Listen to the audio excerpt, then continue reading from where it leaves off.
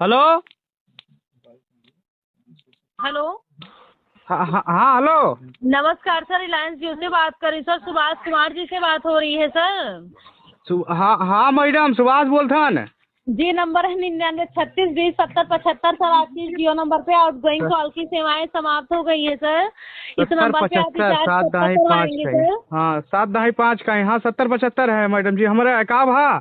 Sir 99 36 20 70 75 आपके इस number पे रिचार्ज नहीं अब हुआ, रिचार्ज मैडम कब जी तक हिंदी कर? हिंदी हिंदी में बताओ मैडम जी, थोड़ा पढ़े लिखे हम कम हन। हे भैया बाहर ना उधरिए। 93 आँच 36 लागत 20 बा। 70 75 पे रिचार्ज ना था बाटे, कब तक रिचार्ज करवाई है सर जी? अरे चाची, हम मेन बात जैसे गवा रहे हैं, काम करे ना, जैसे हमारे पैसा मिले हम तैसे करोगे भाई। हमारे गैस बुक करे बिना आज मेहरारू भुनभुनात रही, गैस ले आओ गैस ले आओ। कहते ठंडी होते चूल्हा पे खाना बना है। अरे ना ही करतीन चाची, का बताइए मेरे से परसों आज झगड़ा हो गई लेके गेदारन का मरबो की हन 2 घंटा आप। हम चाची ना हुई।